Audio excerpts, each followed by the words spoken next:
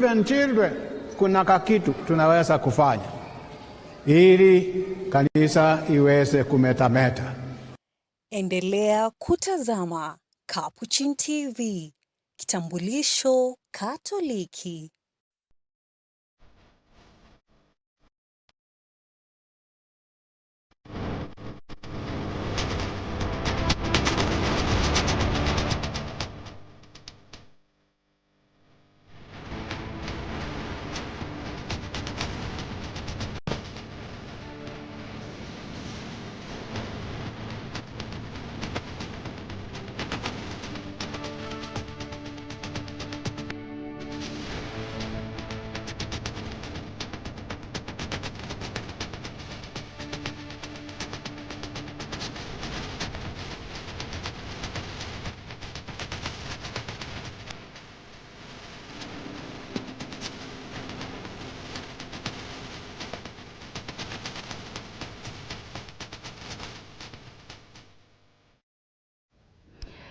Good evening. You are right on time for the Catholic Focus news briefs with me, Sasha Elizabeth, joined on sign language interpretation by Jane Mbaya. In this bulletin, we bring you stories of faith, leadership, and community, from mourning spiritual leaders in Kakamega to calls for road safety during the festive season, as well as milestones in education and county governance.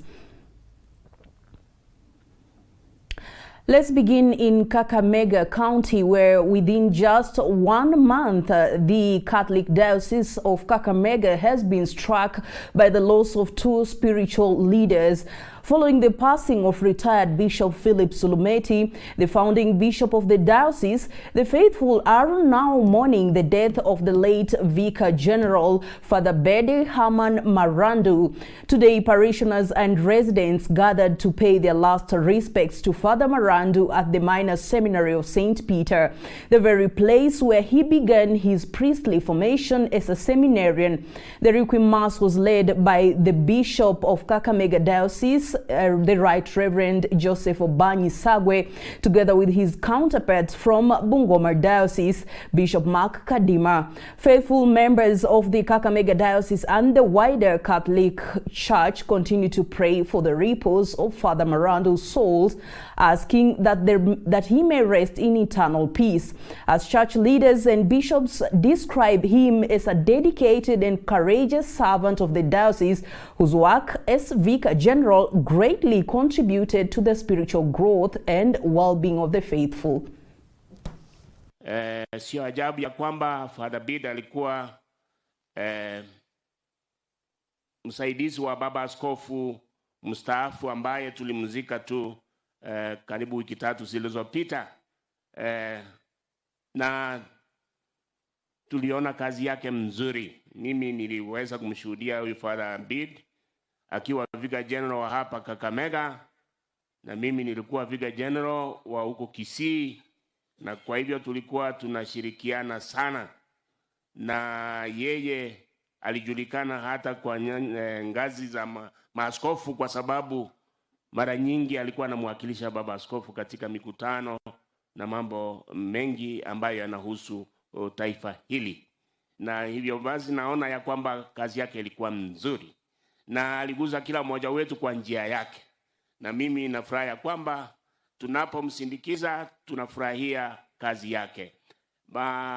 Watawa wetu na hasa Sisters of Mary ambao aliwahudumia wakiwa hapa, wengi wao alifanya kazi nao, wanamjua kwa njia ya kipekee kabisa, kwa sababu alihusika katika kazi, iwe ni kazi ya watawa, iwe ni kazi ya kiliturujia, iwe ni shughuli za jimbo, walikuwa wanafanya kazi pamoja. Sisters of Mary, thank you very much also for being with Father Bede and always supporting him at all times.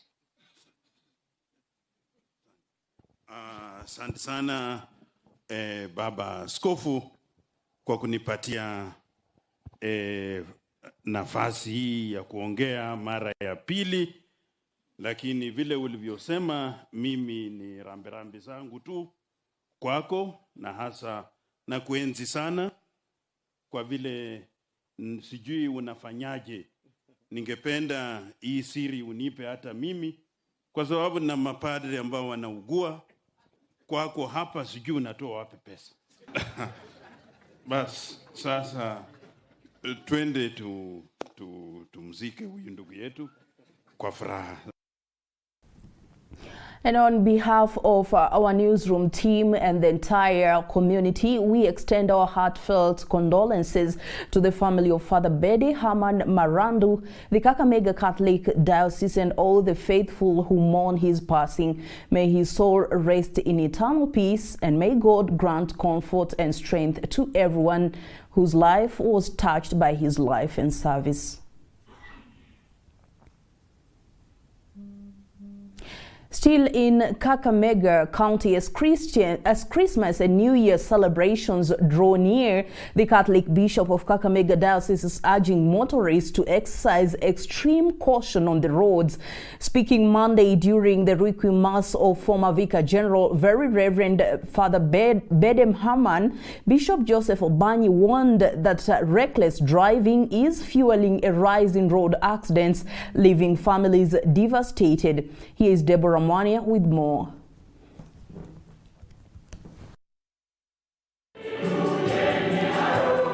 The spirit of the festive season comes with a sober reminder from the Catholic Church in Kakamega. Bishop Joseph Obanyi Sagwe of the Kakamega Diocese has appealed to motorists and drivers to exercise caution during the Christmas and New Year Eve, warning that road accidents remain a growing concern, often leading to fatalities and serious injuries. Na kama mlivyoshuhudia, inaonekana ya kwamba ajali zimeanza kuongezeka barabarani. Kuna watu wengi ambao wanakufa.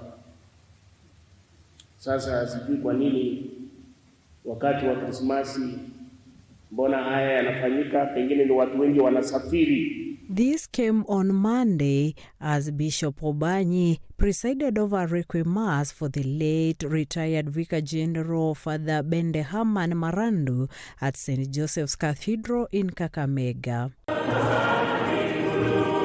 The bishop expressed deep concern over the loss of the lives on the roads, highlighting that many families endure avoidable tragedies each festive season. Ningependa kuomba ya kwamba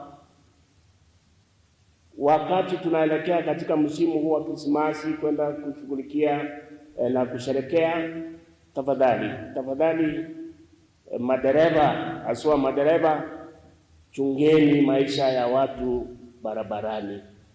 Isiwe ya kwamba kila wakati tunasherehekea kama za Krismasi ndipo watu wanakufa badala ya watu kusherehekea kuzaliwa kwake Bwana.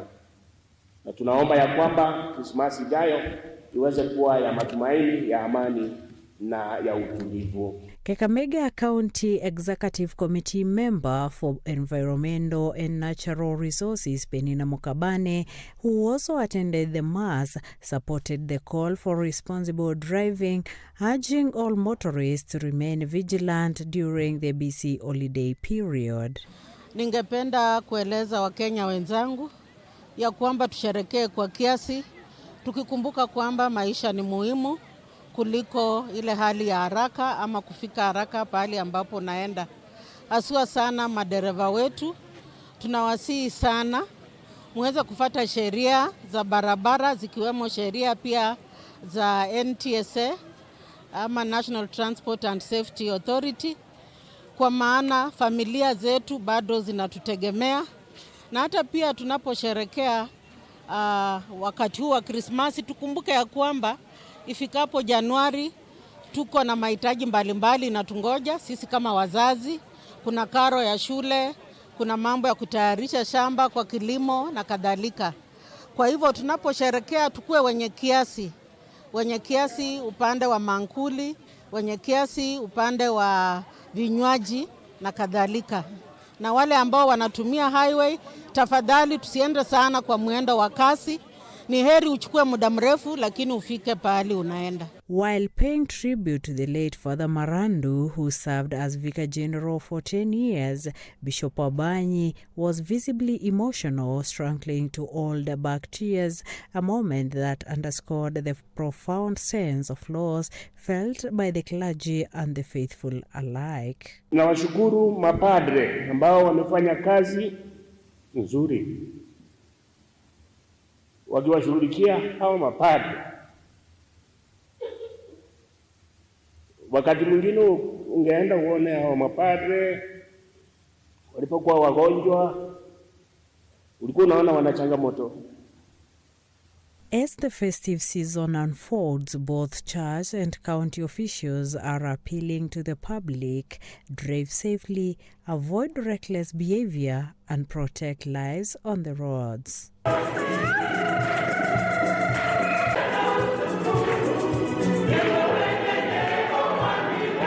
For Capuchin TV, Catholic Focus, I am Debra Mwania. Quite a timely reminder for us all as the festive season approaches. Roads get really busier and the temptation to rush or drive recklessly increase.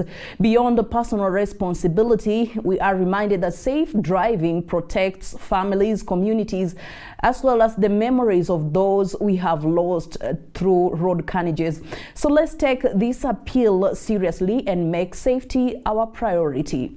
From Kakamega, let's get back here to Nairobi, where a 6-year standoff between Kenyatta University and its teaching, referral and research hospital has finally come to an end. The two institutions today signed a memorandum of understanding allowing medical students and lecturers from the university full access to the hospital's facilities for training.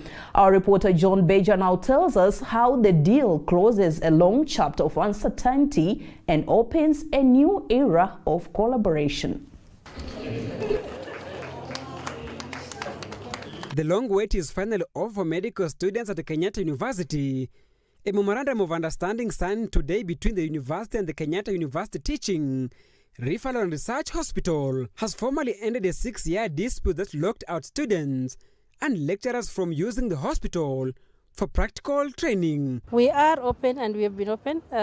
We first opened our doors to KU students on 18th of August, when we opened our door for almost 200 students who came and started off with the exams and part of their rotations. Today is officially signing off the MOU that is long overdue for the last 6 years. Since the hospital opened its door in 2019, medical training at the facility has remained out of reach, with the strained relations between the two institutions blamed for the stalemate.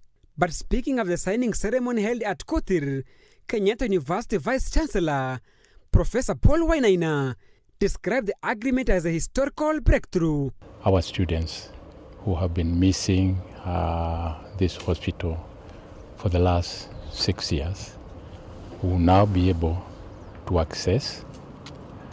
It's not only the students. This hospital was built to make sure that we are producing, as Kenyatta University, quality medical doctors and officers. And because of that, we made sure that we had the best facilities during that time and even now that you can use in a hospital. This was supposed to be level 6, but a hospital for teaching. He dismissed claims of bad blood, terming the fallout teething problems that have now been fully resolved. I want first of all to discount there hasn't been no bad blood between the hospital and the KU. Of course, there have been what we call teething problems. All those teething problems are no longer there. The Vice Chancellor, who is set to retire next year after 8 years of the helm, said the signing of the pact marks a satisfying conclusion to his tenure. All that has been happening is behind us. And actually, I will ask anybody to try and focus on what we can do. Let us actually put all our energies going forward. If I can retire just now, I'll be satisfied. Under the new agreement, medical students, trainees, nurses, lecturers and other teaching staffs from Kenyatta University will enjoy the unfettered access to the hospital state-of-the-art facilities for clinical training and research. Our students are going to learn in an atmosphere that is conducive, where the equipments are there, where their professors actually have what it takes for them to produce the kind of medical staff that we needed. Professor Wainaina and Kutiri Chief Executive Officer Dr. Zainab Gura appended their signatures to the pact, officially ushering in what both sides termed as a new era of partnership. There has been challenges in actualizing that relationship, but this management for both institutions and the board of directors and the council, university council, has worked towards ensuring, and very other stakeholders has worked towards ensuring that today actually happens. And we thank all of them, all our stakeholders, the management of the two institutions, the Ministry of Health, Ministry of Education, and other stakeholders who made sure that this happens today. Dr. Gura revealed that cooperation between the two institutions had already begun quietly in August, when 200 medical students were admitted to the hospital training wing, adding that with the MOU now in place, more students are expected to be absorbed in the coming months. We have already had 200 plus medical students who've accessed the hospital since 18th of August. We also have over 170 nursing students who've already started their rotations. We have others planned, so this is a continuous engagement, and with the university we are able to plan now for the numbers that will need to access the hospital at various times of their rotations, because the needs are based on the years that they are in and the rotations that they are in. For learners who have waited years to access one of the country's most advanced teaching hospital, today's signing signals just not an end to the dispute, but the beginning of renewed hope for quality medical training. Reporting for Capuchin TV, Catholic Focus, I'm John Beja. Well, the MOU is more than just access to hospital facilities. It is a long overdue bridge between education and practical training, which is quite paramount. For years, students were held back, and now the path is clear for a generation of well-prepared doctors and healthcare professionals. All the best to all the students. Machakos County Governor Wavinya Ndeti has issued a firm warning to county officials, saying failure is not an option in her administration. Speaking during the signing of the third cycle of performance management contracts, the governor emphasized accountability, efficiency, and results-driven leadership. Here's Susan Blemi with more. Machakos County Governor Wavinya Ndeti today presided over the signing of the third cycle of performance management contracts, reaffirming her administration's commitment to efficient service delivery and responsible public service. Addressing county officials during the event, Governor Wavinya made it unequivocal that performance is non-negotiable. The governor noted that performance management is not a one-off exercise but a continuous process anchored in Article 232 of the Constitution, which outlines the values and principles of public service.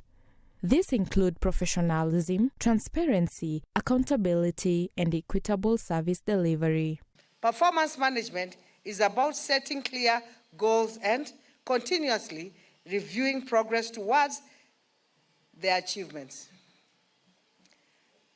I emphasize the word continuously.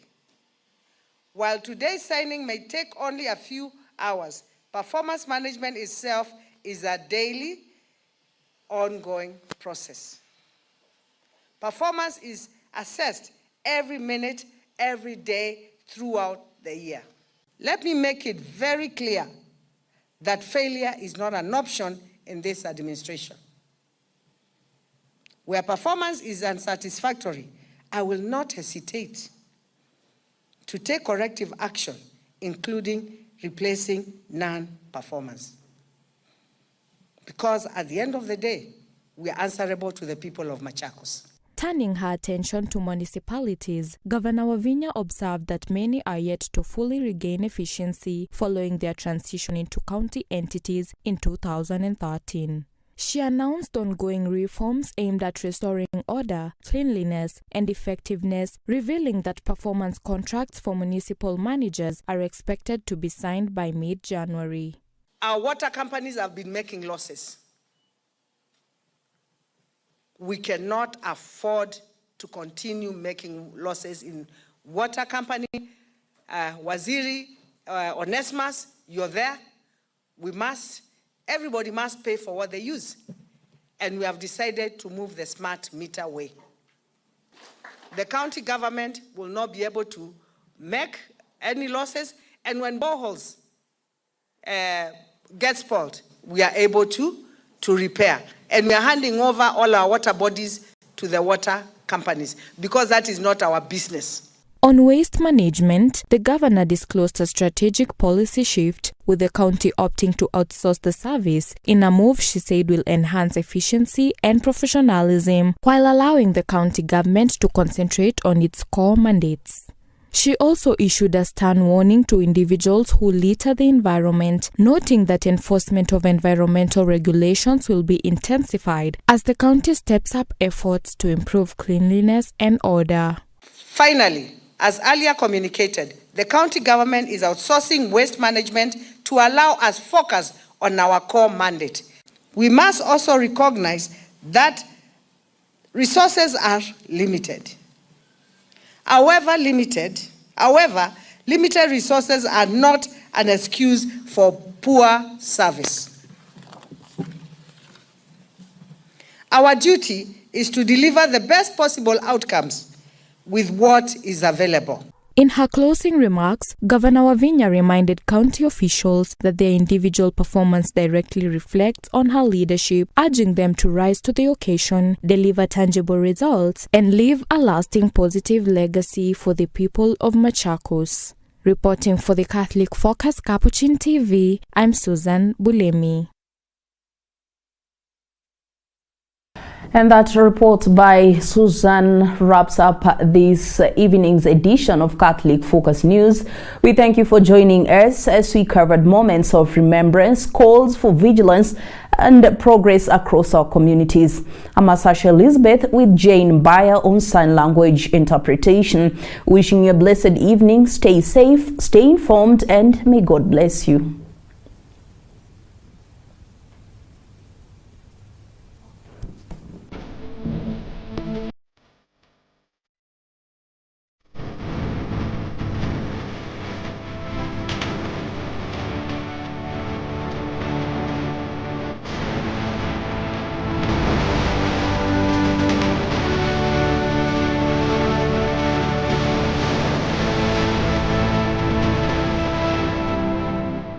Keep watching Capuchin TV, your staunchly Catholic identity channel.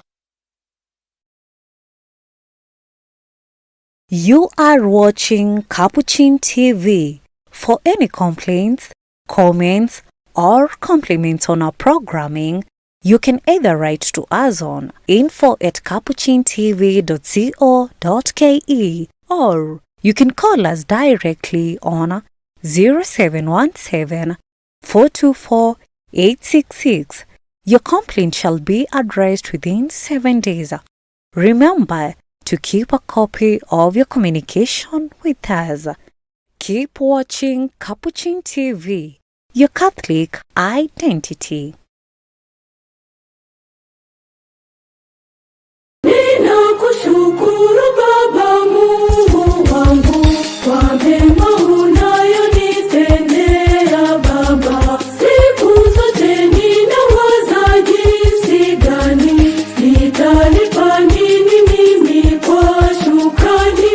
Moyoni mwangu, moyoni mwangu, moyoni mwangu, moyoni mwangu. Nisiposema neno asante, nisipokiwe mawamu. This December and into February 2026, Capuchin TV invites you to a Jubilee of Grace and Thanksgiving.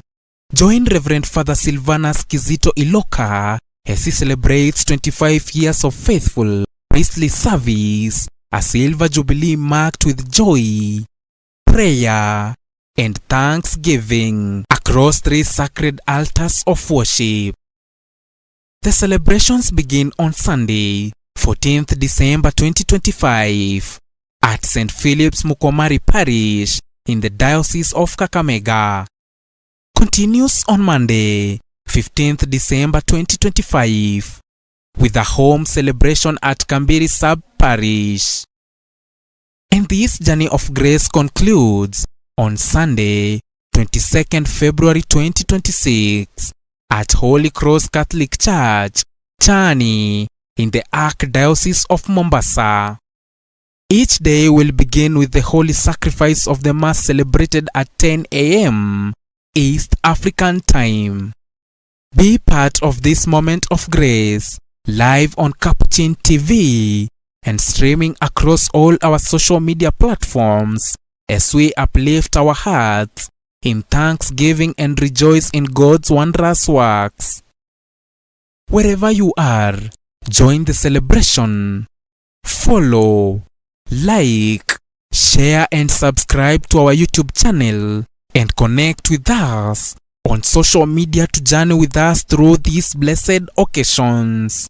Keep watching Capuchin TV, your staunchly Catholic identity channel. Ninakushukuru Baba Mungu wangu kwa mema unayonitendea Baba. Siku zote ninawaza jinsi gani nitalipa nini mimi kwa shukrani.